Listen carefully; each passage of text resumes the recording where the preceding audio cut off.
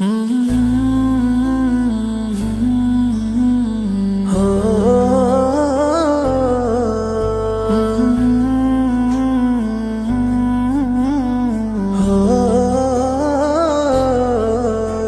رسول الله يا حبيب الله يا شفيع خير البراء يا رسول الله يا حبيب الله يا شفيع خير البراء يا رسول الله يا حبيب الله يا شفيع قمر الدجى رسول الله يا حبيب الله يا شفيع.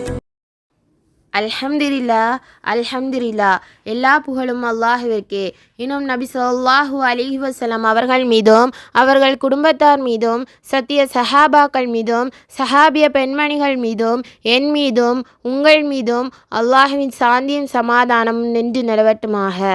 நபி ஸல்லல்லாஹு அலைஹி வஸல்லம் அவர்களை கனவில் பார்த்த நிகழ்வு என்ற தொடரில் அதிகாரம் இருந்தும் அடக்கமாகவும் அரசராக இருந்தும் அடியாராகவும் என்ற தலைப்பை பார்க்க போகிறோம்.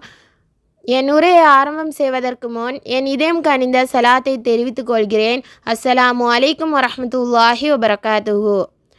மன்னர் ஹாரூன் ரஷீத் ரஹீமஹுல்லா அவர்கள் கூறுவதாவது, நபி ஸல்லல்லாஹு அலைஹி வஸல்லம் அவர்களை நான் கனவில் கண்டேன்.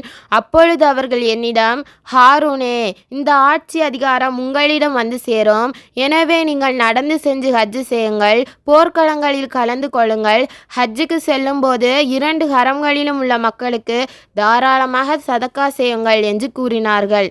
அவ்வாறே ஹாரூன் ரஷீத் ரஹீமஹுல்லா அவர்கள் நடந்து சென்று ஹஜ்ஜு செய்தார்கள். 2 ஹரம்களிலும் உள்ள மக்களுக்கு அளவுக்கு அதிகமான செல்வங்களை தர்மம் செய்தார்கள். இவருக்கு முன்பும் இவருக்கு பின்பும் எந்த ஒரு அரசரும் நடந்து சென்று ஹஜ்ஜு செய்ததில்லை. இவர் ஹலீஃபாக்களிலேயே மிக சிறந்தவராக இருந்தார். நூல் தாரிகுல் குலாஃபா. இஸ்லாமிய வரலாற்றில் மிக சிறந்த கலீஃபாவாக போற்றப்படுபவர்களில் ஒருவர் ஹாரூன் ரஷீத் ரஹீமஹுல்லா ஆவார். இவர் பதவிக்கு வரும் முன்னரே நபி ஸல்லல்லாஹு அலைஹி வஸல்லம் அவர்கள் முன்னறிவிப்பு செய்திருப்பதுதான் தனிச்சிறப்பு. கிபி 786 முதல் 809 ஹிஜ்ரி 170 முதல் 193 காலகட்டத்தில் பக்தாதை தலைமையிடமாக கொண்டு ஈராக், சிரியா, பாலஸ்தீன், ஹிஜாஸ், எகிப்து, ஈரான், மத்திய ஆசியாவின் சில பகுதிகள், யமன் ஆகிய மிகப்பெரிய நிலப்பரப்பை ஆட்சி செய்த அப்பாசிய கலீஃபா ஆவார். பக்தாதிலிருந்து மக்காவிற்கு சுமார் 1400 கிலோமீட்டர் ஆகும். பாலைவனத்தில் கடும் வெப்பத்தில் ஒரு அரசர் அதிகாரம் இருந்தும் அடக்கமாகவும் அரசராக இருந்தும் அடியாராகவும் ஹஜ்ஜு செய்த மாபெரும் இறைநேசர் ஆவார்.